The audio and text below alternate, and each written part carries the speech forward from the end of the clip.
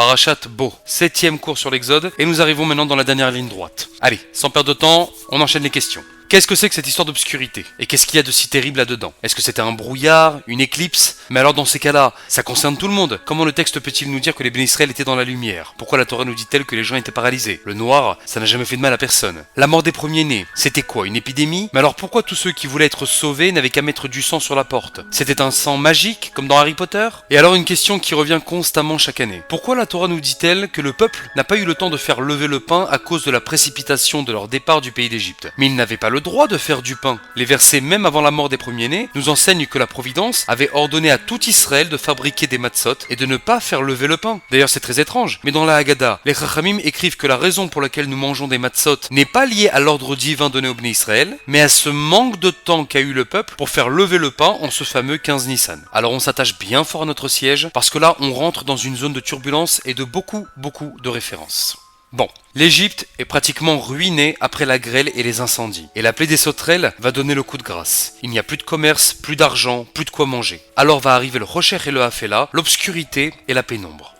Qu'est-ce que c'est le Rocher? Le Midrash Rabbah rapporte l'avis de Rabbi Yehuda et Rabbi Nehemia. Le premier parle d'une obscurité venue d'un monde supérieur, Rocher Shel Ma'ala, et le second parle d'une obscurité qui provient des enfers, Rocher Shel Gehinom. Donc déjà nous comprenons qu'on ne parle pas d'un phénomène physique ou météorologique comme ce fut le cas lors de toutes les précédentes plaies. On parle de Gehinom, et donc qui dit Gehinom dit spirituel, mais un spirituel négatif, un tourment, un mal-être ou un déséquilibre émotionnel. Dans le Talmud, il y a beaucoup de troubles qui désignent le Gehinom. Il y a la colère, la peine, l'ennui. Ce sont des états de Gehinom que nous pouvons vivre au quotidien. Rassurez-vous, il en est de même pour le Gan Eden, mais ce n'est pas le sujet du cours. Donc maintenant qu'on a compris que le Rocher qui frappe l'Égypte est émotionnel, il reste à savoir de quel trouble émotionnel on parle. Avant de nous le dévoiler, le Midrash continue et nous dit que le Rocher, ce fameux trouble, a aussi touché beaucoup de juifs. Lesquels, comme d'habitude, les plus riches, les plus nobles, les plus célèbres, ceux qui ne voulaient pas sortir d'Égypte et qui ne voulaient pas faire leur aliyah. Combien était-il? 4/5 de tout Israël. 80%. 80% du peuple d'Israël qui ne voulait pas partir par peur pour leur parnassa. Et ça, si c'est pas actuel. Ce qui prouve une fois de plus qu'Israël n'a jamais été esclavagé, mais assimilé. Eh bien, ces 80% vont eux aussi participer à cette plaie de Hafela, cette pénombre pire encore que le Rocher,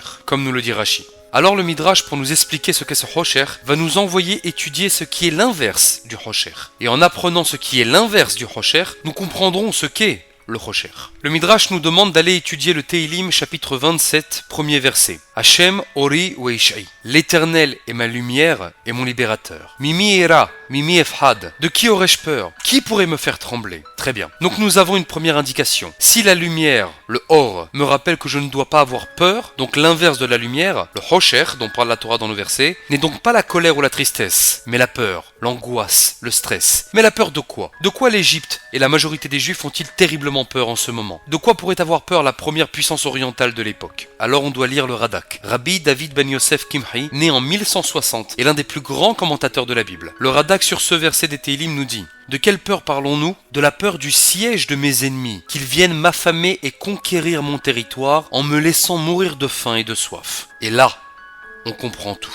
On comprend ce Baal Tourim du premier chapitre, au tout début de l'histoire de l'Exode, dans le verset 10, qui nous apprend que Pharaon a vécu dans la peur depuis le début. La peur que les peuples cananéens ne se vengent. Rappelez-vous les premiers cours. Lorsque la famine frappe du temps de Yosef, l'Égypte va tellement profiter des conseils financiers de Yosef qu'elle va dépouiller tous les pays aux alentours. Tous les citoyens philistins, saoudiens vont tous se vendre en esclaves pour que l'Égypte leur accorde de quoi manger. Mais maintenant que la roue a tourné, maintenant que l'Égypte est ruinée et sans défense militaire, tous les Égyptiens ont la boule au ventre. Ils savent que les sauvages et les barbares qui les entourent et qui attendent sagement leur revanche depuis plus d'un siècle vont fondre sur eux comme une meute de loups affamés.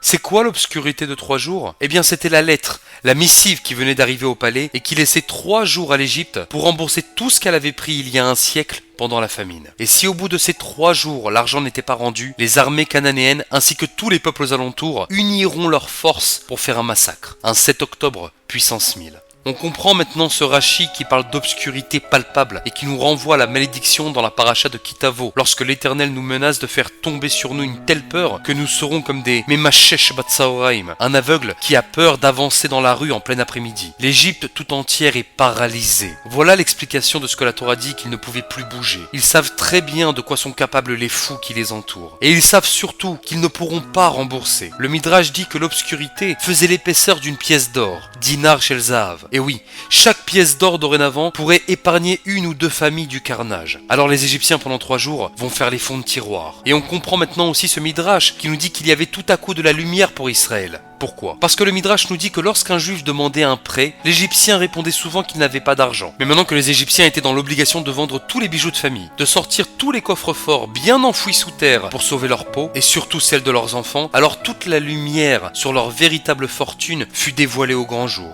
Et malheureusement, la quasi-totalité de notre peuple n'a pas échappé à cette angoisse. Eux aussi savaient qu'ils allaient devoir rendre tous leurs biens sous peine d'être massacrés. Les 3 jours passent et les Égyptiens ont tellement mal au ventre d'angoisse qu'on a l'impression qu'ils ont tous des contractions. Certains se suicident déjà, d'autres essayent de s'enfuir. Au bout de ces 3 jours, l'Égypte a réuni tout ce qu'il restait, mais c'est loin, très loin d'être suffisant. Alors les mafieux cananéens leur donnent encore 3 jours supplémentaires d'angoisse et de folie, ce qu'on appelle les Yémé Afela, les jours de pénombre, bien pire que le Hosher. Voilà pourquoi le Hosher était la pire de toutes les plaies. En journée, les banques appellent pour recevoir leur argent. Alors ils prient pour que la nuit arrive vite, car après 18h, les bureaux sont fermés. Mais les voyous, eux, vivent la nuit. Alors le téléphone continue de sonner vers 23h, minuit. Il n'y a pas d'horaire pour les mafieux. Alors vite, vite, que le jour revienne pour que les crapules retournent dormir. Mais le jour revenu, rebelote. Les banques, les huissiers, les contrôleurs fiscaux. Le jour, tu supplieras que le soir arrive. Et le soir, tu supplieras que le jour arrive. Et maintenant, la plaie des premiers-nés. Au bout de 6 jours de ténèbres infernales, Akadosh Baruch Hu va envoyer son Zeroa Netoya, son bras étendu, et ses Shefatim, ses jugements. On comprend maintenant pourquoi la Haggadah interprète le Zeroa Netoya en disant Zou Aherev. C'est le glaive, les armées de tous les pays aux alentours qui arrivent armées jusqu'aux dents. Et la Haggadah continue en rapportant le verset dans Devarim chapitre 4 verset 34 qui stipule que Dieu a amené la Milhama, la guerre, sur l'Égypte. Et le Eben Ezra commentera ce passouk en disant que c'est cette Milhama, cette guerre qui a été utilisée pour la mise à mort des premiers-nés. Mais alors pourquoi la Haggadah semble dire que seul Dieu est intervenu lors de la mort des premiers-nés, sans passer par des intermédiaires? Ani velo malach, ani velo saraf, ani velo shaliach, moi et personne d'autre. Le Da'at Zekenim chapitre 12 verset 23 répond comme un juif en posant une question. Mais la Torah dit que celui qui aura mis le sang ne sera pas touché par le mashrit, par l'égorgeur. Alors Dieu a-t-il agi seul ou avec l'aide d'un envoyé, le mashrit?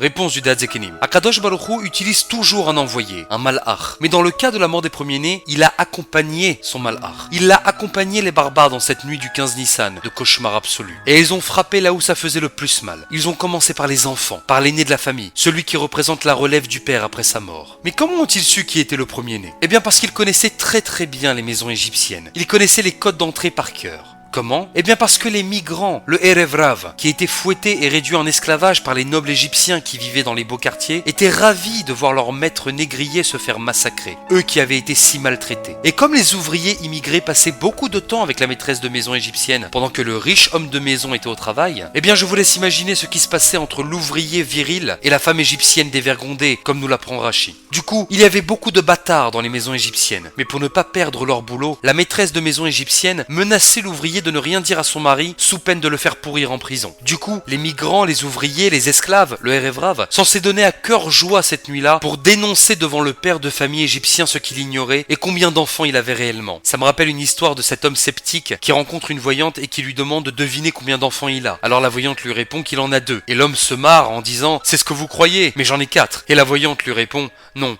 ça c'est ce que vous croyez. » D'où ce fameux Midrash qui nous raconte que cette nuit-là, en plus des massacres et du chaos, les Égyptiens se sont eux-mêmes entretués lorsqu'ils ont appris combien ils avaient été trompés par leur épouse avec leurs voisins ou parfois même avec leurs propres frères ou beaux-frères. Et vous pensez peut-être que les Hébreux étaient blancs-bleus dans cette histoire? Non, malheureusement. Nous ne sommes pas si différents des autres. Mais nous avons quand même été sauvés. Ceux qui avaient mis du sang sur la porte. Pourquoi? C'était du sang magique? Mais non. Parce que lorsque le barbare finissait d'égorger la famille égyptienne dans une maison, c'est horrible à dire, mais pour ne pas retarder l'autre barbare derrière lui, il plongeait ses mains dans le sang frais de ses victimes et faisait une marque sur les linteaux des portes d'entrée, comme pour prévenir « Ici, nous sommes déjà passés. Et donc, le sang que nous avions mis sur nos portes a réussi à tromper les monstres qui passaient à la maison suivante. Akadosh Baruch Hu, ce soir-là, a passé au-dessus de nous. Passah me'al batehem. Et il a fermé les yeux sur beaucoup de choses.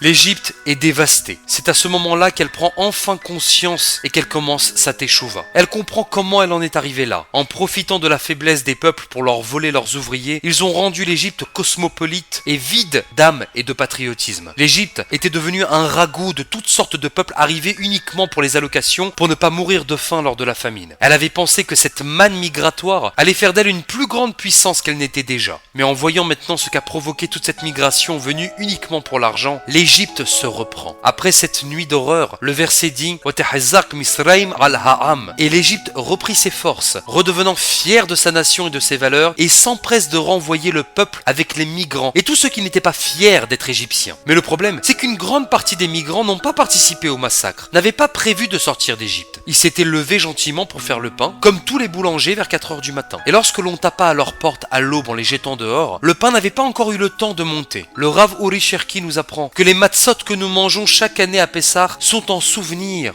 du Erev Rav. Oui, le Erev Rav, qui lui n'avait pas reçu l'ordre de faire des matzot comme les enfants d'Israël. Lui, ça a été un concours de circonstances. Le Erev Rav est sorti Behipazon, en précipitation, ce qui ne sera pas le cas d'Israël, qui, comme nous l'apprend le prophète Ishaïa, qui lo Behipazon Tetseu. Vous ne sortirez pas par précipitation, parce que eux, ils avaient déjà été préparés quelques jours auparavant qu'ils devaient sortir le 15 Nissan. C'est incroyable à dire, mais ce n'est pas en souvenir d'Israël que nous mangeons la matzah, mais en souvenir du Erev Rav, que les Chachamim dans la Haggadah appellent Avot Avahatana, nos ancêtres, nos pères. Mais ça, c'est un autre sujet pour les cours prochains. Voilà la véritable triste histoire des 10 plaies d'Égypte. Pourquoi triste? Parce que c'est tellement dommage d'en arriver là. Mais l'humain est ainsi fait. On nous prévient, on nous répète les choses tous les jours. On nous dit attention à ta santé, attention à ta femme, attention à tes enfants, attention à tes frontières avec tes ennemis. On nous prévient sans arrêt, mais on ne réagit pas. Alors les coups commencent à pleuvoir. 1 fois, 2 fois, 5 fois, mais on ne réalise pas. On dit que c'est normal. Etzba Elokimhi. Et c'est dommage. Mais il faut en arriver à recevoir une convocation au tribunal pour fausse déclaration pour qu'on se réveille. Il faut recevoir une lettre de la rabbanoute pour se rendre enfin compte que son mariage est en danger. Il faut être convoqué au poste de police pour comprendre que son fils a mal tourné. Il faut un 7 octobre pour ouvrir les yeux sur nos partenaires de la paix. La Torah nous fait répéter l'histoire de la sortie d'Égypte chaque année pour nous apprendre à voir, à regarder, à comprendre qu'il y a un problème dans notre vie de tous les jours. Nous apprendre à nous réveiller